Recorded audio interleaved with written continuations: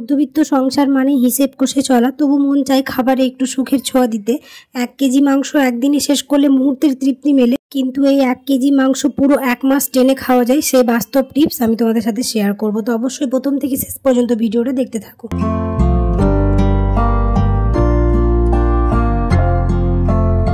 আসসালামু আলাইকুম, কেমন আছো তোমরা সবাই? আনিসা লাইফস্টাইল ব্লগে তোমাদের আরেকবার স্বাগত জানাই। কাছে দূরে যেখান থেকে আমার ভিডিওটি দেখছো, আশা করছি তোমরা সবাই অনেক ভালো আছো। আলহামদুলিল্লাহ, আমরাও অনেক ভালো আছি। মধ্যবিত্ত সংসারে ছোট ছোট টিপস, কি করে 1 কেজি মাংস 1 মাস নিয়ে যায়, কি করে বুদ্ধি করে চললে সংসারের খরচ কম হয়, আজকের ভিডিওতে সেই টিপসগুলো তোমাদের সাথে শেয়ার করব। প্রথম থেকে শেষ পর্যন্ত ভিডিওটা দেখতে থাকো। অবশ্যই যারা এখনও আমার চ্যানেলটিকে সাবস্ক্রাইব করোনি, অবশ্যই সাবস্ক্রাইব করে দিও, আর তার সাথে পাশে থাকা বেল আইকনটাকে প্রেস করতে একদমই বলো না, তাহলে সবার আগে আমার ভিডিও নোটিফিকেশন পেয়ে যাবে। আর যারা এই কাজটি অলরেডি করে রেখেছো তাদেরকে অসংখ্য ধন্যবাদ।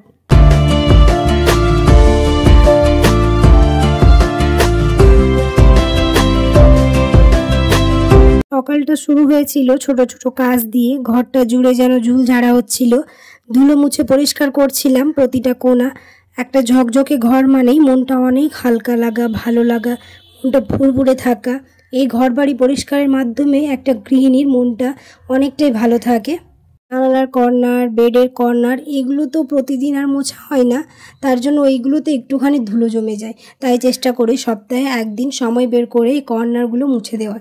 আর একটা ঝকঝকে ঘর মানেই বললাম একটা গৃহিণীর সব থেকে আনন্দের আর সব থেকে ভালো লাগার একটা জায়গায়। ঘর বাড়ি যখন পরিষ্কার পরিচ্ছন্ন থাকে তখন মনটাও খুব হালকা লাগে। তাই একটু করে সকালবেলা উঠে চেষ্টা করলাম আগে ঘর দোরগুলো পরিষ্কার করে নিই, তারপরেই যা কাজ হবে করব।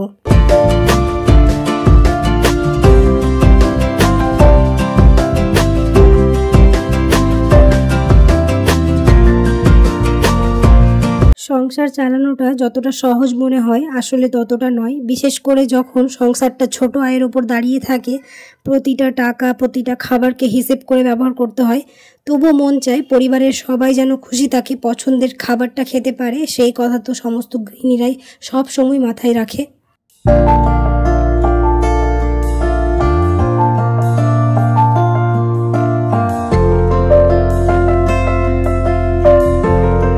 আজ আমি তোমাদের সাথে শেয়ার করব কিভাবে মধ্যবিত্ত সংসারে মাত্র 1 কেজি মাংস গোটা 1 মাস ধরে খাওয়া যায়।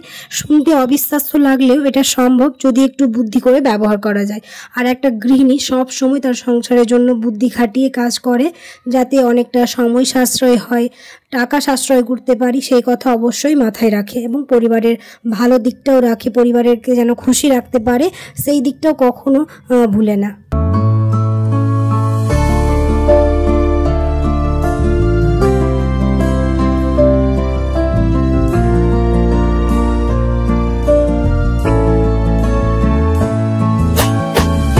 এদিকে আমার গল্প করতে করতে মোটামুটি প্রায় অর্ধেক কাজ হয়ে গেল।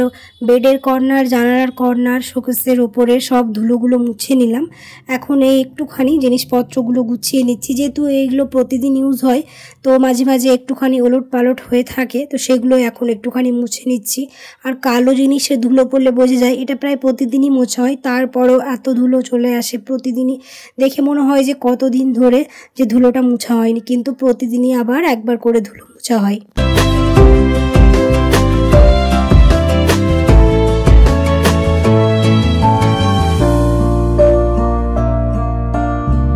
দুই ঘরেরই কাঁথাগুলো কেচে দেওয়া হয়েছিল। এখন তো রৌদ্রটা খুব তেজ হচ্ছে, তার জন্যই কেচে দেওয়া হয়েছিল যাতে 2 দিনের মধ্যে শুকিয়ে যায়।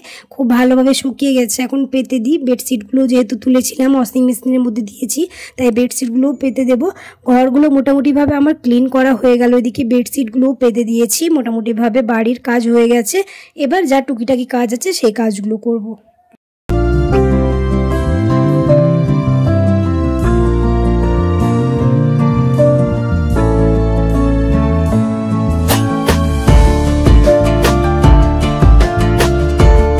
বাজার থেকে গরুর মাংস কিনে আনা হয়েছে। তো এখানে মোটামুটিভাবে প্রায় 4 কেজি গরুর মাংস আনা হয়েছে।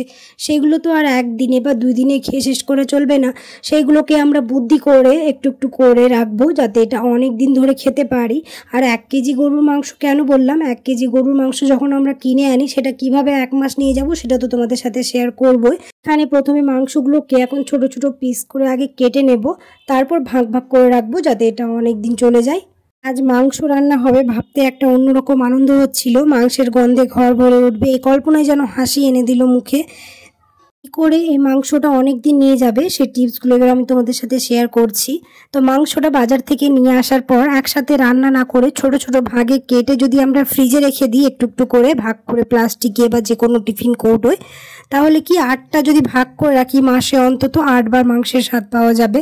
তো এরকম একটু একটু করে যদি আমরা ভাগ করে রাখি তো আমাদের এটা অনেক দিন চলে যাবে। আর মাংস সবসময় সবজির সঙ্গে মিশিয়ে রান্না করতে হবে যাতে আমাদের 1 কেজি মাংস 1 মাস খুব ইজিলি চলে যায়। আলুর সঙ্গে মাংস, ফুলকপির সঙ্গে মাংস বা লাউ এগুলো দিয়ে একটু একটু করে মাংস রান্না করলে মাংসের স্বাদ যেমন পাবো তেমনই খাবারের পরিমাণটাও অনেকটাই বেড়ে যাবে, এতে পুরো পরিবার ভরপেট খেতে পারবে।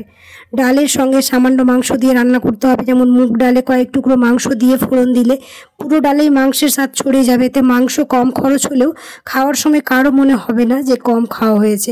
তো এই ছোট্ট ছোট টিপসগুলো যদি আমরা ফলো করি তো 1 কেজি মাংস 1 মাস খুব ইজিলি নিয়ে যেতে পারবো। আর একটা গৃহিণী সবসময় চেষ্টা করে থাকে পরিবারের সবার মুখে হাসি ফোটানোর। যখন আমরা খালি মাংস রান্না করব তখন যখন মাংসটা শেষ হয়ে যাবে মাংসের ঝোলটা কখনোই ফেলে দিতে হবে না। সেই ঝোল দিয়ে ভাত মাখলে একেবারে অন্যরকম স্বাদ পাওয়া যায়। অনেক সময় দেখা যায় শুধু ঝোল দিয়েই সবাই ভাত খেয়ে ফেলতে পারে, এতে মাংসের টুকরো বাঁচিয়ে অন্য দিন ব্যবহার করা যায়। অনেক সময় বাড়িতে শাক বা ডিম রান্না হয়, সেই সঙ্গে যদি একটুখানি মাংস মিক্স করে দিই তো তার স্বাদটা দ্বিগুণ হয়ে যায়। যেমন লাল শাকে অল্প কয়েক টুকরো মাংস দিলে মনে হবে যেন নতুন এক রেসিপি। আবার ডিমের ঝুড়ির সঙ্গে মাংসের কিমা মিশিয়ে দিলে বাচ্চারা খেতে ভালোবাসবে, তার সাথে বড়রাও খুবই ভালোবাসবে। ভাবে অল্প মাংসকে বড় পরিমাণ খাবারে রূপান্তর করা যায়। শুধু রান্নার কৌশল নয়, এর ভেতরে আছে সংসার চালানোর বুদ্ধি, আছে পরিবারের প্রতি ভালোবাসা। সবশেষে একটাই কথা বলবো, অল্প আয়ে সংসার চালানো কঠিন কিন্তু অসম্ভব নয়। যেদিন আমরা অল্পকে বড় করে তুলতে শিখি সেদিনই আমাদের সংসারটা সুখী হয়ে ওঠে। আর মাংস শুধু খাবার নয়, এটা হয়ে ওঠে পরিবারের হাসি, আনন্দ আর ভালোবাসার গল্প। দিনের শেষে সন্ধ্যেবেলা বানালাম হচ্ছে কিছু স্পেশাল স্ন্যাক, যেটা শুধু খাওয়া নয় পরিবারের সবার সঙ্গে বসে সময় কাটানোর একটা অজুহাত। ছোট ছোট মুহূর্তগুলোই তো আমাদের জীবনের আসল আনন্দ। কে দিনটা শুধু গৃহকর্ম নয়, ছিল মনের খোরাকও। আজকে এখান থেকে বিদায় নিয়ে নিচ্ছি, দেখা হবে পরের একটি নতুন ব্লগে। সবাই খুব ভালো থাকবে, সুস্থ থাকবে। আল্লাহ হাফেজ।